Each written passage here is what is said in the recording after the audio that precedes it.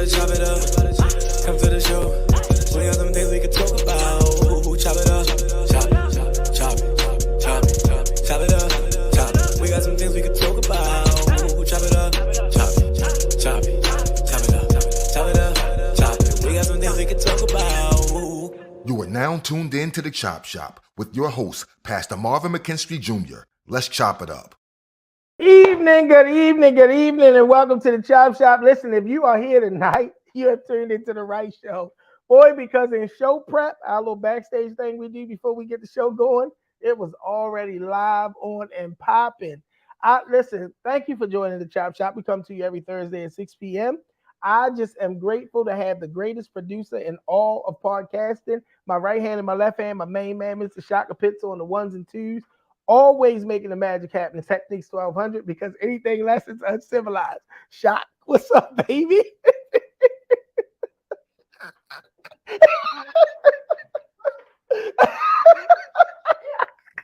I'm sorry, y'all. Y'all gonna know why I'm laughing hard in a little bit. But listen, we want to big safe travels to our other co-host, Chelsea, the Thekeptwoman. She's not going to be able to be with us tonight. She got caught in some traffic coming back from Harford County, but we got to bring her on, the antagonist herself, Miss Hot Take, Lady Lisha. Come on, Lady Lisha. Come on the screen. You ready for the show tonight? Why I got to be an antagonist, though? I just see different perspectives. I feel you. Listen, y'all, this is the show that we want you to be here for and you want to be here for. Make sure you like, love, and share this broadcast. Even tag people in the comments to get them to tune in because the night show is going to be fire. We are going to be talking about everybody's favorite presidential candidate, Mr. Donald Trump. He's everybody's favorite. He's just some people's favorite to love and some people's favorite to hate, but he is everybody's favorite. We're also going to be talking about the release of the many different after-action reports on the Brooklyn saga, and we have some talking points that we think are going to be really relevant to the entirety and great scope of both those stories. So you want to be here tonight to hear the perspective of our team. I don't think that's by happenstance that we started off with that, even though it's time to go to the church announcements. Cue the organ music. Oh my goodness. Boy, I listen. Y'all almost made me spit my coffee out. Like I wasn't ready. Y'all forgive me. It was a whole we gonna get these church announcements up, y'all. As always, we gonna kick it off with the Stop the Beef hotline because as long as there's one life being taken due to gun violence in Baltimore City, we got a saying that one life is one too many. So I need everybody, if you know of anybody that's in that situation or living that life, give them this number, 443-431-3705 or 443-522-7848. When that call is made, a man on the other end is going to make sure that they galvanize the brotherhood to come and make sure we're doing everything within our power, within God's power, to fix that situation so that we do not have another life lost. And walking hand in hand with the Stop the Beef hotline is the Baltimore Peace Agreement. It's been making the rounds around the city. I wish we had the metrics to be able to measure how many brothers have signed off on this that have not found themselves falling victim either to being a perpetrator or a victim of gun violence. But y'all, the Peace Agreement is ready to make its rounds into your neighborhood. Call that same number or look up the We Are Us Men's Movement if you're interested in having the Baltimore Peace Agreement come to your community. All right. There's yours truly, Thursdays at 2 p.m.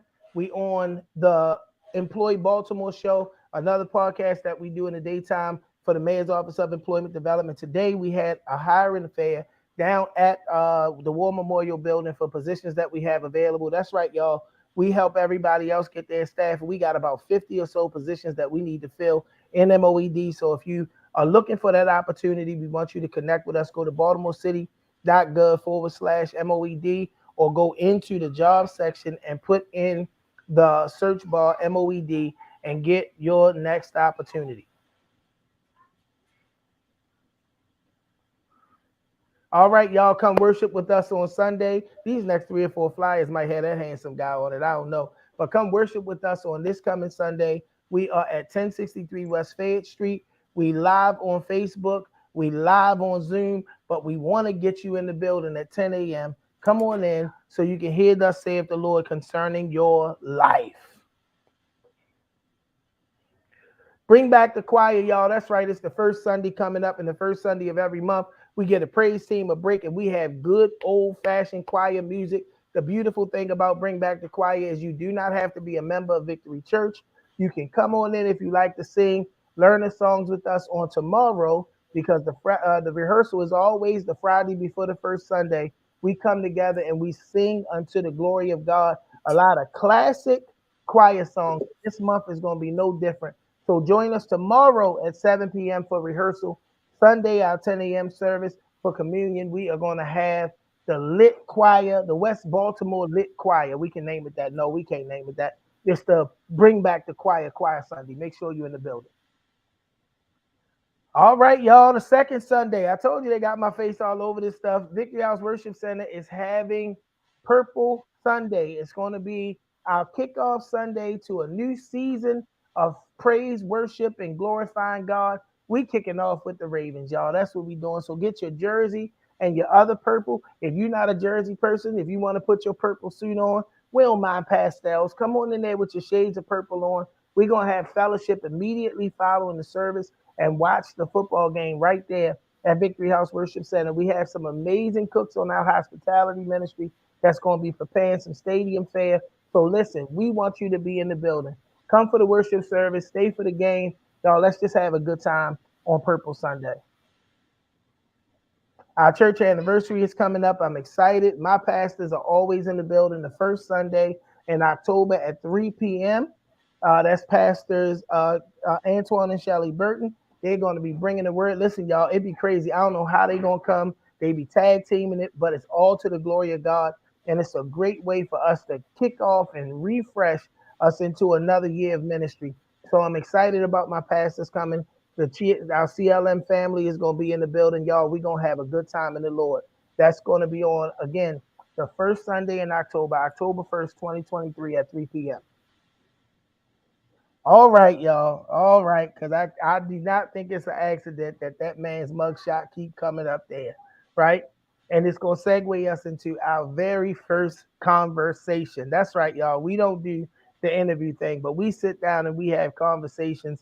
And tonight's conversation is going to be with our very own Chop Shop team. Every once in a while, we'll have a special rider. So if you out there, listen, this is what I need you to do. If you out there and you want to ride with the team and drop your voice into either story, whether it's the Trump turning himself in story on last week, or if you want to talk about the Brooklyn story, get in the comments right now and let us know you want to join us on air. We're going to drop a link, get you backstage, get you in, and get you on, and you can ride with me and my riders. Donald Trump surrendered himself on last week in Fulton County. Y'all seen the mugshot everywhere. Y'all seen the video clips of the aftermath and his comments. And that's what I want to talk about. I want to talk about not just that he turned himself in. The prosecution is coming. He's going to have to face those charges, face the music. I got some things I want to talk about. He said, I should have every right to challenge the election. What I believe Mr. Trump is going to do is he's going to take the First Amendment route and his freedom of speech and pretty much take the tone that I didn't tell anybody to do anything. All I did was practice my First Amendment right to say that I believe this election was stolen. I believe this election was taken away, or whatever terminology. He has every right under this country's constitution to say those things. I want to hear from my team tonight. How do you feel about, or what is your take on Mr. Trump's comments in that 1 minute video that we're not going to run the video, right? But him saying I should have every right to challenge the election results. Y'all talk to me. He does have every right to challenge. He can challenge whatever he wants. He can say whatever he wants. Look, that's not the issue. The issue is the method by which he has gone about it, right? So to pick up the phone and call your Republican buddy in Georgia and have a conversation with all of these accusations of voter tampering, right? I think the number that he threw out there was like 100. They lost about 300,000 votes, right? Just in Fulton County. And to make these allegations that 5,000 people that were dead voted, and he's just throwing numbers out there, just throwing throughout this whole call. He's just throwing numbers out there. When they asked him for the data and where he got this information from, he couldn't turn it over. I mean, maybe it'll come out during this trial, but he didn't turn anything over. It was just numbers that he was throwing out there, and to make all these allegations and to end up with that one line. And honestly, it's literally one statement that he made that could really push the envelope for me. And that's kind of vague. I get it. Like, yeah, he's a bully, and he tried to bully his homeboy into overturning the vote. Like, period. That's just what it was. Dr. Phil Leaf, how you doing today? Sister LaShonda Slaughter, my very wonderful sister Kiki Lee, Tiffany McCray, thank y'all for being with us. Shock, what's your take, man? That phone call is really not all that phone call did was spark the investigation into what happened as far as on the Georgia side. With the federal side was pushed by the January 6th stuff. But the issue is not the conversation. The issue is what happened subsequent to the conversation and after the conversation and during the conversation. It's all the action that were going on. So he had his time. He had 62 trials that he lost. He actually did try to fight this in court. He had 62 legal chances to fight it, and he lost. So then he went and tried actions that were illegal. Even the lawyer John Eastman, who tried to push the strategy, admitted that it was illegal, and then even asked Mike Pence, chief of staff, to commit just one more minor offense, one more minor crime. So that's all on record. That's in the indictment. So for me, the conversation is not really the issue. It's all the actions. It's the electorates, that whole thing. So it's a whole myriad of things for me. So but I think the defense's argument and the actual fact of the matter is that's all that phone call did was spark Farney to do the investigation, which brought out everything else on the Georgia side. I completely agree with you. I think that, to me, the defense's posture is to take the route of the one thing that's hardest in the world to argue, which is intent, right? I had these conversations. People acted under their own volition. Y'all know Trump has no problem throwing people, even when it's people who on his team, in his crew, throwing them completely under the bus. Lady Lisha, you had the church finger up. What you got? So aren't there two separate trials set up for this? Fulton County has their own separate state trial. I think that's October the 23rd. And then the federal trial is March the 4th. So there are two separate trials. One's racketeering and one's coming from the state directly. So there's the federal charge, and then I personally don't think that the federal case has any merit. Right. This is why the state charge with the phone call is the pressing issue, because if the state can prove their case, then that's probably the only thing that will keep Trump from being able to run. So let me ask you a question, because you segued us into that, and Shaka, I particularly want to get your take on this. That's what he's saying, that this is election interference at the highest level. The whole entire goal of this so-called prosecution is to keep him off the ballot, right? I tell people all the time, elections are won and lost in the election booth. I think we've seen locally the feds be successful in getting Sister Marilyn Mosby out of office by hounding her with prosecution. And now it don't seem like it's such an urgency to bring her to court and keep her in the media as it was when she was the state's attorney. So we've seen things like this. Do you think there's any truth to the idea that the goal of this prosecution is to try to keep this man off the ballot? No, I believe just like the citizens are entitled to a speedy trial when they're on trial, the community is entitled to a speedy trial as well. Right, so And you just made that up. what? That doctrine exists nowhere that the community is entitled to a speedy No, trial. I'm saying we are entitled. We are entitled. It's not fair No. for us to. No, the due process of law involving the defendant literally yields the due process mostly to the defendant. So we ain't gonna make Mostly. The state has its postponement powers and all of that sort of time, but the due process of law, because violating the due process of law can completely undo whatever the outcome is. So we ain't gonna make up stuff as we go along.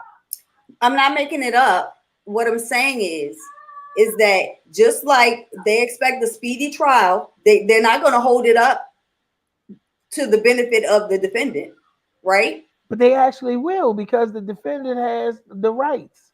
And that's only if the defendant does not have the time to properly come up with a sound case for their defense. Trump has too much. Okay. There are many reasons that a defendant can levy the power of postponement and things of that nature. I don't want to get into that because, truthfully, we don't know if that's the defense's strategy. All I'm saying is that the community don't have trial rights. The defendant does. The community is represented by the state, and in one case by the federal government, has the burden of proof on them, right? To prove with a preponderance of the evidence or beyond a reasonable doubt that he committed these crimes. That's what they have on their side. Shaka, talk to me about it. Well, two things. First of all, October 23rd is not the Trump's trial. That's Sidney Powell's and Cheesebro's trial, because they opted for a speedy trial. So that's the date. This for them. The March trial is for the DC with Judge Tanya Chuskin. That's for that. And then Jack Smith hasn't. I don't think Jack Smith and them has been set yet. But as far as what you guys are speaking about, she's actually correct in the fact when on this point where on the election side of the fence, the harmed people were the United States. So they've even actually pushed that point as victim rights. I get that. Victim rights. So they've already put that on the table. But so I'm not here to argue neither side of that. I'm just going to say that is there. And so what do you want my opinion on specifically, though? I want your opinion specifically on the idea that this is disruptive to the electoral process, his right and ability to run for the Republican nomination and potentially be the president of the United States. If he's not running, is there prosecution? No. I don't believe that, because at the end of the day, it's a choice to run. It's a choice to run. So everything it's not like I'm not talking on the Trump side. My question is, if Trump is not running, is there prosecution? Where the Marilyn Mosby anger at the stake people? Yes.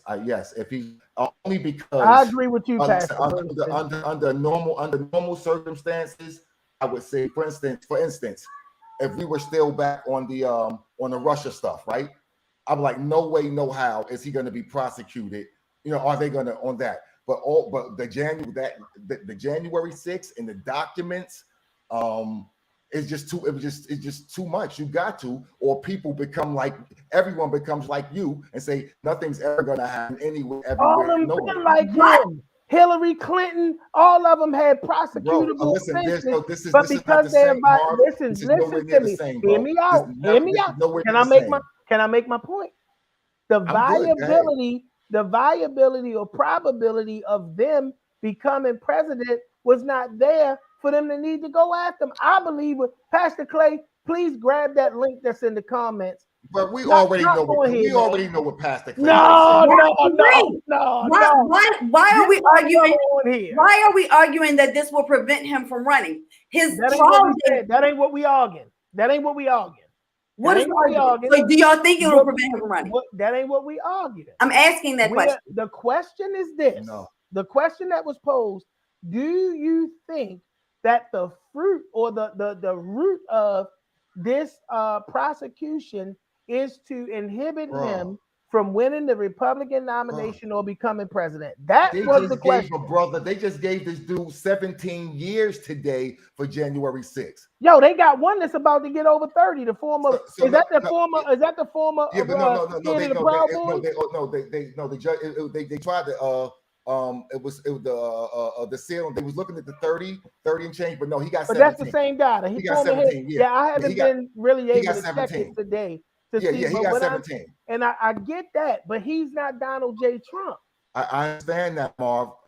I understand that. Listen, I don't drown to drink water. I made my point. Bring play on. No, I got your point. See, you can't. Don't feel like. No, I'm saying there's nothing else for me to say, so I'm letting you talk. Because how can you? I'm telling you I'm good, and you want me to say more? No. Hold on first. I'm not trying to guide your conversation. What I'm saying is this. My perspective is all of this is if Donald Trump was not running for president, none of this is happening to him. Okay, that's what my perspective is. I believe that because first of all, there's not one. He still leads all polling for the Republican nomination for president. All of it, everywhere, he still leads. And I don't think Sleepy Joe can beat him again. So even if he is nominated, even if he isn't nominated, because he has the popular vote, you don't think he could still run, still be written in? Hold up. Keep it a buck. If you gonna call Joe Biden sleepy, call Mitch McConnell dead. Hey, yo, get the bitch dead. I saw that video earlier today. And listen, bro, but this is not the bro. This not the That's first bad. one. This ain't the first one. But yeah, this one was bad. And then he looked. This is the same length as the first one. Pastor Clay, can you please get that link and come on here? Bro, get that link and come on here. Bro, because I believe the same energy. I believe. No, I'm with you.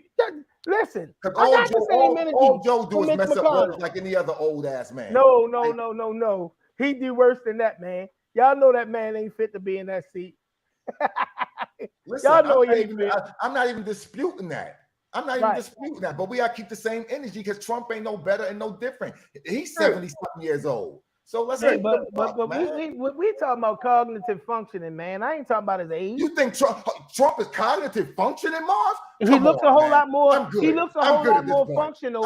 He looks a whole lot more. He looks a whole lot more functional than Mitch McConnell and Joe Biden. He is clinically the way he presents crazy speech. He's clinically backtrack crazy. Yo, he can be crazy. He can be crazy. But come on, man. You can be. He's an excellent representation of America. He's an excellent representation of America. But that's why I love the Chop Shop, because you ain't got to agree to come on this platform. And the reality of it is, I don't see it the way that y'all see it. I think that when it comes down to it, he's still going to be president again. I don't think which is why I said I'm good. I don't drown them to make them drink water. I know where you are. I'll say this. Where am I? Tell me where I'm at. You've stated where you are. I don't have to paraphrase or rephrase. I've just listened to you state it, bro. What am I stating? We're not doing this.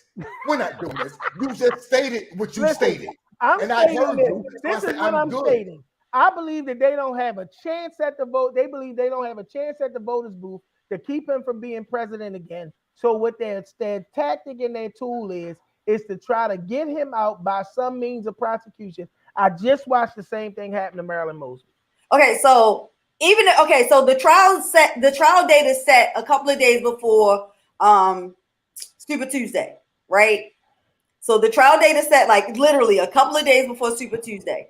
The argument now is whether or not they're going to be able to broadcast the trial to the public, because federal regulations say that you can't have recordings in the courtroom. But both the Democratic Party and his lawyers are advocating that this trial be made public. So Trump lawyers want a public trial. They want a public trial while he's running. He's still going to run. That's interesting. So for that, the government's position on that is that, again, it's going back to the victims' right thing, Marv. They're saying that the victims have a right to see the trial. You actually it's not even a right. The law is you can't exclude a victim from the trial, from seeing the trial. So that's the position that they're gonna stand on. Let me ask you this: do you think that they will actually, in backroom motions in the judges' chambers where motions are argued, right, or pretrial motions, do you think they're literally going to win the argument that the people of the United States of America are the victim? Yeah. Yes. Because that's part of that's actually part of the charge. So yes. I mean, So he can be charged, yeah. but that don't mean it's going to hold merit before the judge. You know, charges are levied by the charging agency. Well, no, whether they're it's going the against the attorney judicial or the federal prosecutor's office. Judicial conference. They put a petition against the judicial conference already, so Yes. it's pending. Right. It's pending. So I'm asking you guys: do you think the outcome is going to be that they're going to allow? Well, that's people where it of happens. the At. United It's States not in to the be back room. It's at the judicial conference. It's okay. But what I'm saying is that's not the trial. All of these different venues, other than the actual trial, is where these motions and stuff are. No, the decision as to whether or not they're going to broadcast it is sitting amongst the judicial conference now. That wasn't my question. What? That wasn't my question. What is your question? My question is, do you think that there's going to be merit to the argument that you can name a victim as the people of the United States? Yes. So does that present? Voting infractions? Yes.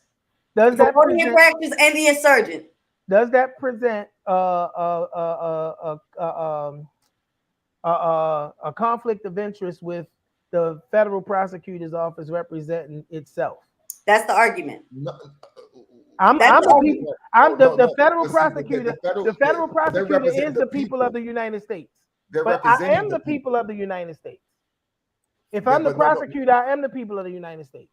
No, you're the government representing the people of the United States. Are they not U.S. citizens? They're the lawyer. Their position, their official position in court is they're representing. I know what their official position is. Right. So that's what I'm saying. You're missing my question again. Let's move on. You trying to split Adams? I'm asking the question. I'm not splitting anything. I'm giving you the answer, and you saying no. You're telling me what their position is in court. I'm not telling you to go any lower. I'm not telling you. And I'm telling you, I know what their position. The position in court is that they're the prosecutor, the people that represent the country's or the people's interest in the case. I get that. Let me finish. I get that. Right? That's the facts. I'm not. So you listen. You don't have to take that aggressive stance when I'm agreeing with you, bro. I'm not aggressive. I'm agreeing with you. I'm passionate. I'm Shaka Pitts. What I'm saying, okay, you don't have to be so passionate when I'm agreeing with you, right? I'm agreeing. Right. But you have to agree with agreeance tones and mannerisms. I don't. I can agree however I agree, just like you. Then that means you can't decide how I receive it either. But I didn't. I said you didn't have to get so passionate when I'm agreeing with you. Then you're telling me what I have to do. I ain't telling you anything. But my point is, I want you to, because I think your passion disrupts your ability to understand my question. So you're answering out of your passion, not answering my question. Negative. Okay. I'm fully. So what's my question? Say again. What's my question? The question was that you stated to me was what was the position? You wanted to clarify who was the government and who were they representing and who was the people. And I'm telling you that you already agreed on. So I'm saying, okay, now that's agreed on. What's your subcutaneous level? Where you going? Go ahead and open up the camera. Subcutaneous level because that wasn't my question. My question is, then explain what's different. Go ahead. My question is, do I, as the prosecutor who is a U.S. citizen that is representing the people of the United States, am I able to represent myself in this case without some level of conflict of interest?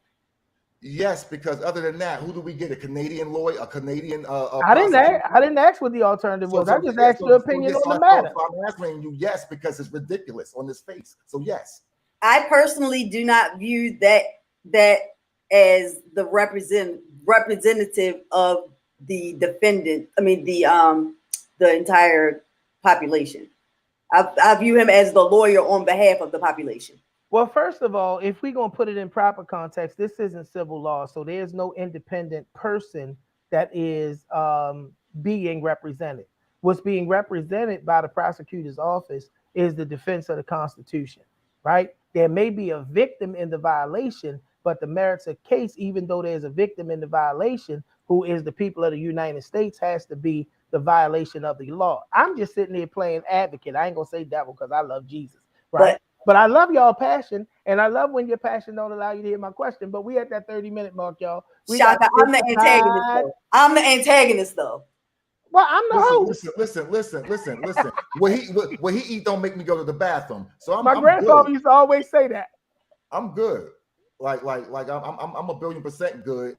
I stand on what I stated, and he said the gates. I'm not contradicting what you said, brother. I'm not here to argue. Bro, hold on. Why every time that I speak, you go on defense? I'm not on defense. I just answer your questions. I'm not on defense. So every time I speak, or even don't speak, I can acquiesce and say, Shaka, this has never happened on a show before tonight. So stop. I need a bell or something. This has never happened on a show before tonight. And I do reserve my right to disagree. I have said, you know what? I'm good. You said, no, and give more. Because I didn't ask you to give more. I asked you to answer the question I asked, not the one that you chose. I'm stating even before that in totality, it's like, I'm good. I state my point. But we're here. You ask me more. We're here. You ask me more. Because I want to know more. Point, and I back out. Because I want to know more. And if what my question wasn't satisfied, I don't have the prerogative to be able to come and ask for more. Sure. I think that Trump gets your feathers ruffled like nobody else. And because we've never seen this level of passion before. I think it's just Donald Trump. But I love you, bro. Let's keep the show moving. All right. On the next segment of the Trap Shop, can we get the picture up, the image up? Look at him. He is. I love it though, because that's what we're here to do. The Chop Shop was founded. If you look at that little pyramid, that little peppermint stick, it was founded on barbershop style conversations, y'all. Come in my barbershop. We love each other, but you might not think so because we had passionate exchanges. All right, y'all. The agency reports, plural. The agency reports, and look, I had the pleasure of talking to somebody, and I ain't gonna say which agency or which report, that was literally the author of one of the reports today regarding the Brooklyn Homes mass shooting was released. And one of the glaring things about it, my fellow panelists, was the fact that Monzi had a report, Housing Authority had a report, BPD had a report. There was all of these are city agencies, and there was no sense of coming together. And I don't even know if, y'all talk to me about that. What does it say to you as a constituent in the city of Baltimore, somebody who votes here, lives here, pays your bills here, do whatever you do here, that there was a bunch of different, okay, we got the operator for City 911 on the screen, but there were so many different reports from all of these varying agencies when all of them sit under the mayor's purview. What was that? What kind of, just from on the, and I skimmed through some of the reports. Hindsight is always 20/20 is what my thought was when I was looking at the reports. But y'all talk to me. What does it say to you that all of these different reports came out from the varying agencies and not some collective effort? Well, I'm gonna say this. What I was showing you wasn't the any phone numbers or anything. Right above that was a quote, and that quote was about. Can you pull it back up? It just didn't want it in the screen. Yeah. Yep. No, I got you. That's one of the quotes from one of the reports. It's actually, I believe it was, yes. Yeah, one of the quotes from the report. Officer indifference. Yep, that's it for me. That for me, that's everything, because it's up and down the ladder. It's up and down the chain. It's an indifference. And we spoke about this before, Marv, about intentionality. Can you pull it back up? Why you take it down? Pull it back up there. Let's see it while you're talking. All right. So it's where it says specifically, officer indifference may have compromised the awareness, planning, and response to the Brooklyn day prior to the large crowds arriving. Officer indifference prior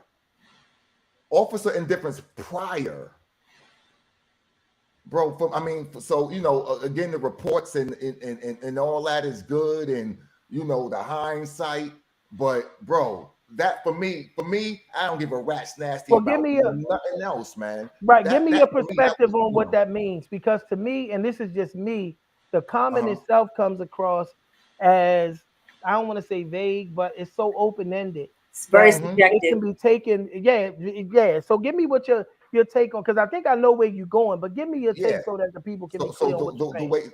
the way I took it, and again, it may be because of my lens, my personal lens in the community, and so the way I took it was they really don't care. They wasn't pressed. They wasn't care. They didn't care. They knew things was happening. They see people gathering. They know what's going on. They not pressed. It's just, with all due respect, it's some more nigga shit. Who's So let they? me ask you, Who's they? The police department? But yeah, can you the run law, out a yeah. disclaimer across the bottom about Yeah, comments? I gotta get the disclaimer. I'm just pardon messing me, with y'all. you. Y'all know I don't usually do. Y'all know I don't do that. But let me Hold ask on. you Y'all this, know I right? don't do that. But Because in the spirit of I'm hindsight sorry. is 2020, right? Along with the point that you just made, right? If in fact was the officer indifference, do you believe that officer indifference could have been trauma from in the officers from what's been going on in this country? It's a thin line between y'all don't have the permits to have a party and a gathering to they breaking up black people being able to do You ain't anything. It's got to break racist. nothing up, Marv. You ain't got to break nothing up, bro. You ain't got to break nothing up. You understand? I just saw a video today of the school. Some cop was out there, was dancing with the students or whatever. It's just like, just really like on some regular, like cutting up. It's like, be a person, just be out in the, care about the community. The indifferent. I'm not saying be strong arm. You know me, Marv. You know me. I wish you ain't gonna strong arm But me that's or what I'm my saying. I'm people. not questioning you. I'm literally looking at it because this is what I'm thinking to myself, right? That thin line, and I think I put it in our talking points, right? That thin line between y'all don't have permits to have this party and y'all out here always trying to harass black people. We try and do something positive. Hindsight is 2020. 30 people got shot. There was a discharge of up to, I think the last report I seen, 16 weapons, all of this different stuff. But if in fact they go in and they do what's necessary because the party was not legal, right? It did not have the proper supports. Now, I throw a block party every year for my community. I know about all of the things that they tell you you're supposed to have, up into police on site, security, if that is something that your party wants. It's a bunch of different things that you have to have in place.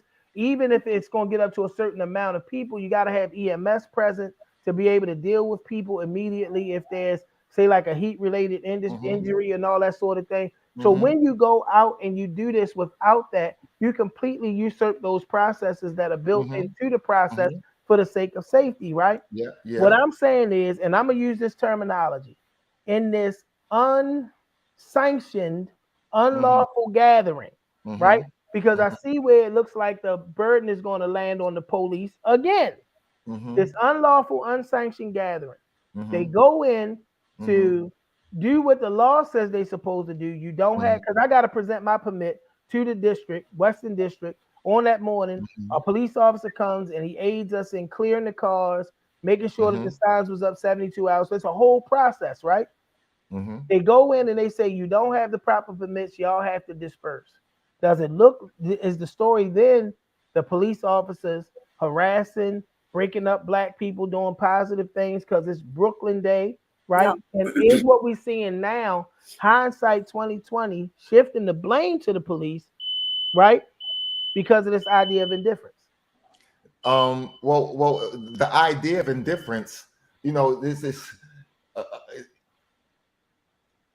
before it was in the report, it's just Shaka pits or random people saying, I think the cops don't give a what, or I think the system don't give a what. So now it's in the report saying, well, maybe somebody ain't give a what. So now it's like, it's air quotes. I'm saying, Marv, I'm not saying that they should have done anything to break anything up or stop anything, but there's a way to engage and still to let things.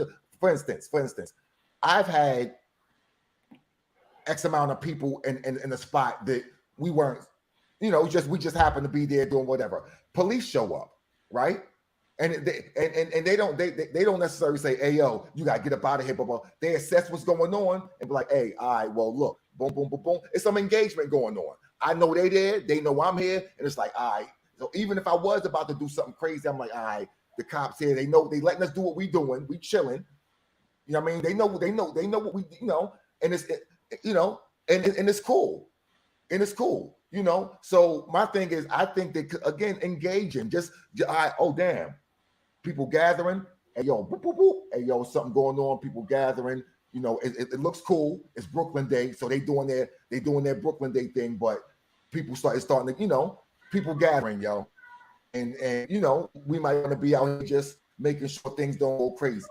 I'm okay with that, Marv. But I'm gonna say this also. I'm with you on, if you go do something like that, if that's something planned, right? Nah, you should go about that the right way. I'm with you 1,000,000,000%, Marv, because that gives you protection and safety, and it allows you to say, well, hey, you should have did this, cops, right? And it gives you that, right? I get that. My only pushback, not even pushback on that, because I agree with you. My only amendment to that would be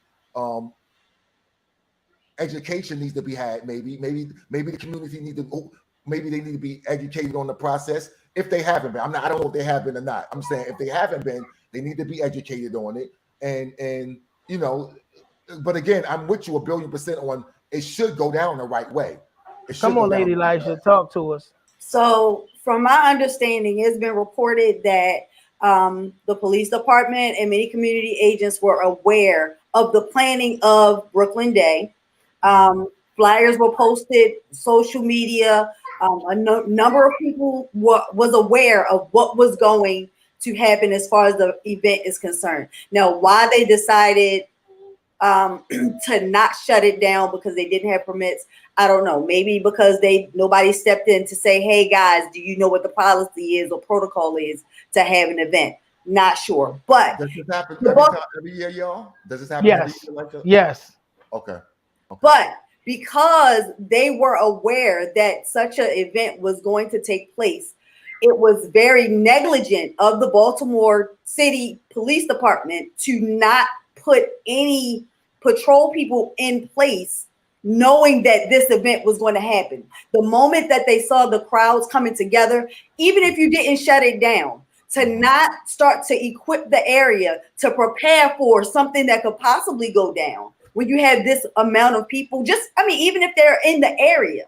I felt like it was just totally neglected. No, I swear, I believe that perspective is based on what happened, right? Because I believe that this is the same in the spirit of what Shaka just said. 15 of us somewhere chilling and the police come around because of the potential. Yo, why you sweating us? We have Brooklyn Day every year. Yo, this is what we do. This Brooklyn Day. Why y'all here? Why y'all sweating us? You ain't gotta sweat them to be around. Right. And again, this goes back to what I'm saying. Come on, y'all. Let's look at the mentality of police. The mentality of people towards what about the phone call? You sweating us just about being there. What about the phone call? We ain't get to that yet.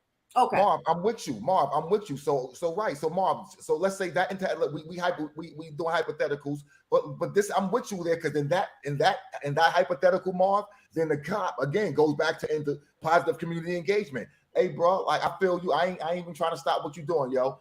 We just here to make sure nothing goes crazy. Do what you're doing, fam. We just go be making sure nothing goes crazy. Do what you do, and you walk away. But let's transition to the phone call. Let's get to the phone call. Lady Lisha. No, I'm just saying that the phone call that was made where it was said that it was reported that there were people with knives and guns and things of that sort. That phone call. Why wasn't anything done at that point? What was to be done at that point? Something. Yo, you got a gathering of hundreds of people, right? I mean, if you say go ahead, I'm sorry. If the response on the other end is we might need to call National Guard, don't you think that would warrant some type of interaction? Something should have happened. So let me respond to it, right? Because again, hindsight is always 20/20, right? I've had phone calls made on me and my guys that there were knives and guns that were meritless. At what point? Because we always put this burden of decision making on the police, and I ain't advocating for the police, right?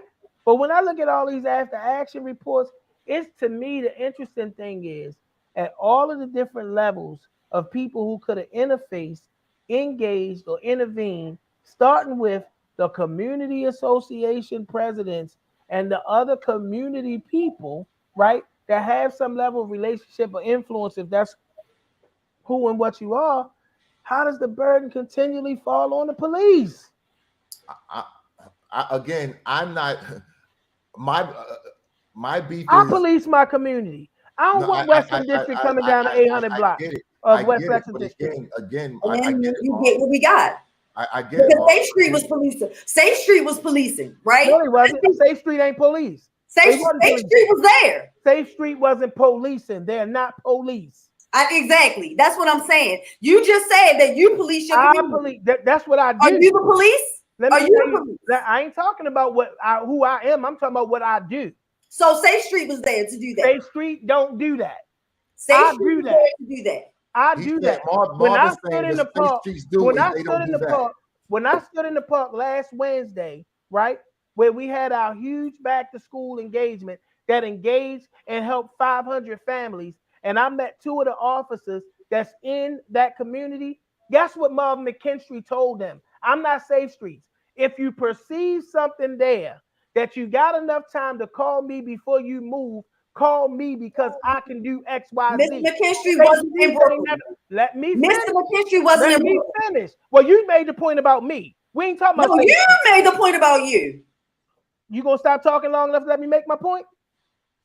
You said Safe Streets policing. That ain't what Safe Streets do. What's the difference in you policing and Safe Street policing? Safe Streets ain't me.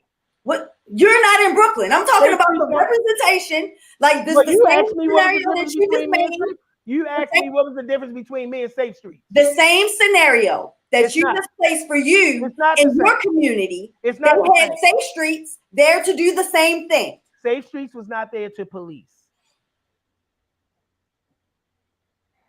You can correct your terminology, and that might help the argument. But Safe Street's not there to police. You made your point. Thank you. Safe Street's not there to police. I choose to take a position in my community. Okay. That ain't what Safe Streets is there for. Safe Street was there before Safe Streets, the community leaders, were they there? Or the organizers, all those folks were there. All I'm asking is, was Safe Streets there? At some point, they were there.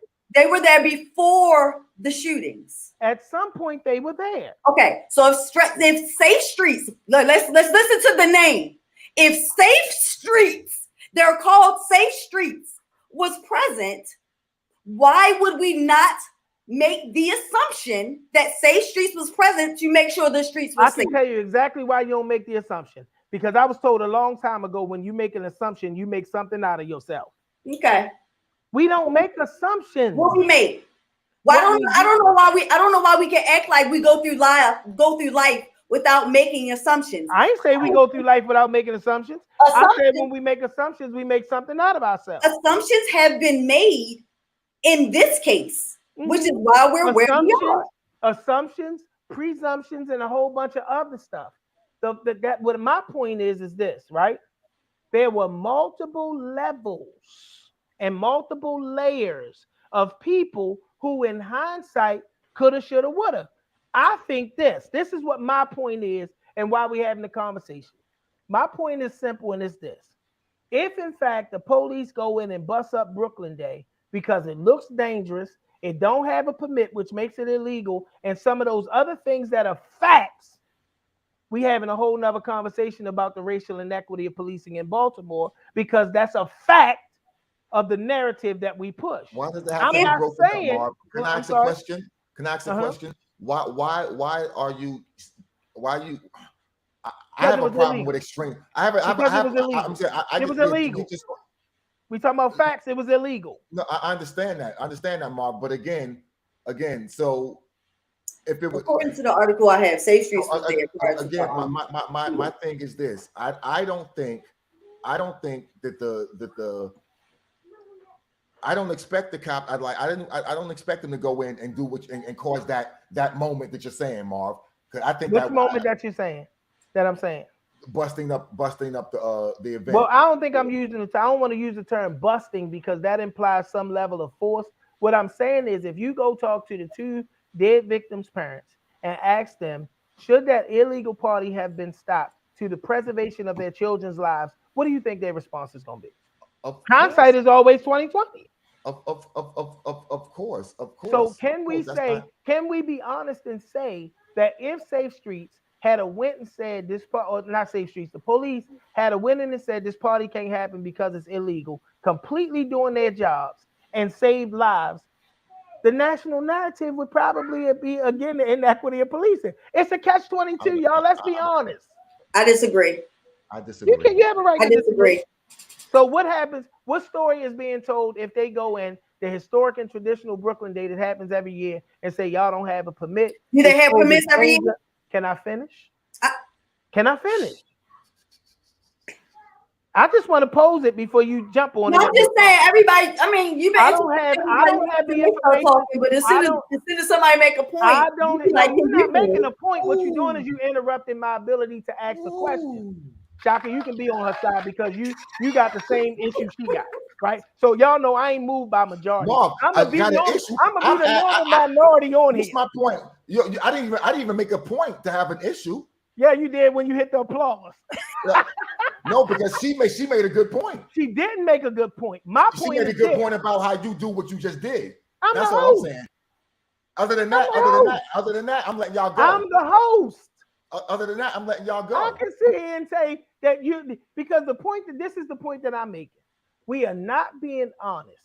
We're not at no level. We're literally shaping our perspective out of 30 people getting shot, 2 people getting killed, 16 guns being out there, and all of that because we know what the narrative is around police engagement in Baltimore. We know what the story is. But again, I'm not. I in this. So just let the illegal party happen. In this segment, Marv, I haven't taken a hard line either way on any. Well, we're not talking about a hard line, Shaq, because I don't want y'all to think I got a problem with y'all perspectives. What I'm saying is this. I didn't really state a perspective, is what I'm saying. I'm not saying anything against you or your perspective if you did or didn't say it. I'm saying is there not a narrative around police engagement in Black communities that might suggest that if the police, because first of all, this is what I'm gonna say. Let me make this hard line, right? My hard line is this: if they bust up the illegal party, 30 people ain't shot and 2 people not dead. Okay. Illegal party. I don't have a problem with that. Okay. None. I have no problem with that. Okay. I feel like the police should police.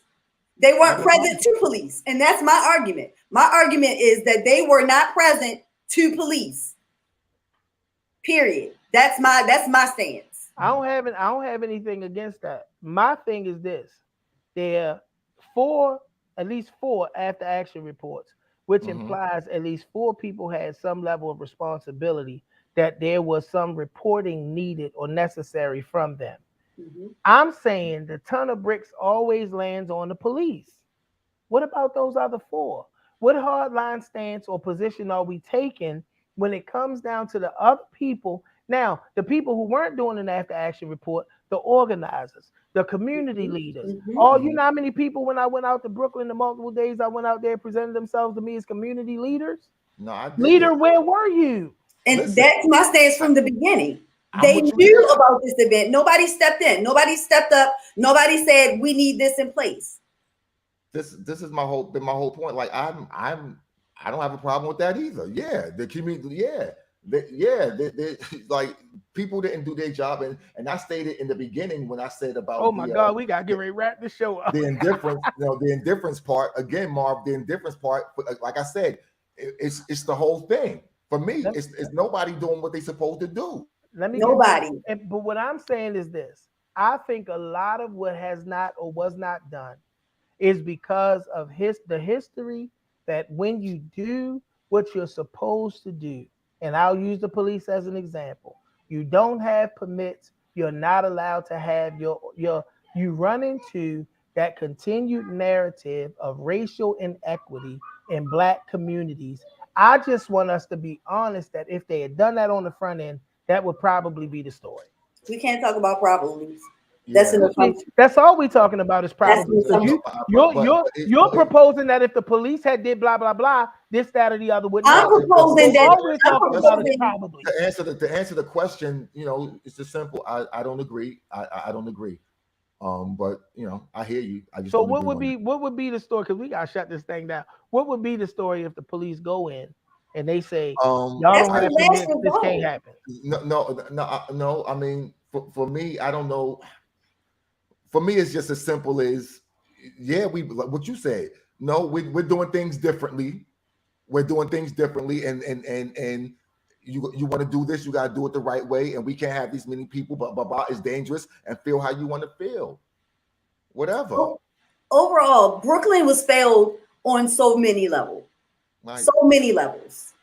Period. Brooklyn Park was failed on various levels. Brooklyn Park been failed for 50 years and ain't nobody care until 30 people get shot. I'm going to keep it a stack. I'm in these streets. Thank y'all for joining us tonight. I want to thank our viewing and listening audience. Y'all continue to hang out with us. You're going to always get passionate conversation. Brooklyn has always been forgotten. Thank you, sir. Brooklyn has been that way forever. But if you only talking about it because 30 people got shot, you're a part of the problem. Amen. And I ain't talking to my panelists. My panelists talking about it because they are panelists on the Chop Shop. I want to thank my panelists tonight. I want to thank Ms. Hot Take herself, the antagonist, Lady Lisha. And I want to thank my right hand and my left hand, my main man, Mr. Shaka Pitts, for always coming and not only producing fire, but he brings the fire to the show. Y'all, we be back here passionately discussing, debating, whatever the tide calls for. That's what we're going to be doing. So make sure you tune in with us next week. We may have a guest rider with us next week. Jason was our guest rider last week. I had somebody reach out to me and talk to me. We're going to see if they got the courage to come on and step in the lines then. Because guess what? On the Chop Shop, you ain't got to agree. You just got to believe in what your point and your perspective is, and we're going to chop all of it up. I love you. As I always say, trust God. Trust in the Lord with all your heart. Lean out to your own understanding. In all your ways, acknowledge him, and he will direct your path. Be the change that you want to see, whether you're in Brooklyn, Lexington Terrace, Park Heights, or up on the hill. I want you to be the change that you know is necessary for your area instead of running. And above and beyond all things, always remember that we can be more. I love you, Chop Shop audience.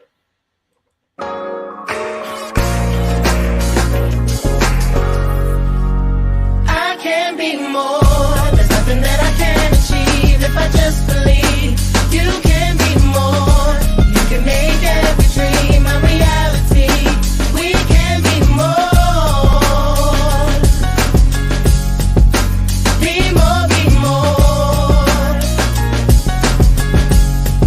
Yeah. I can be more. I wake up every day and try to be more. I pray I be more. It's easy to achieve anything you believe. Like hold your head high. Girl, you got a reason to breathe. I see a rare mind. Boy, you got a reason to dream. Let's take flight. Give the children a reason to see redemption. We grow up in the jacks where it's evil and wicked.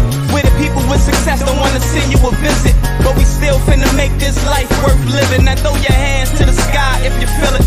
Hey, throw your hands to the sky if you the realest. You got a vision. Let's put them pistols away and make sure the OGs keep the community safe. In the world where the ladies crying, the babies dying, I think we can create that space to make a way for the ladies to ride and make baby giants. Be more, believe, let's play. I'm so in love with life. There's nothing that I can't achieve if I just believe. You can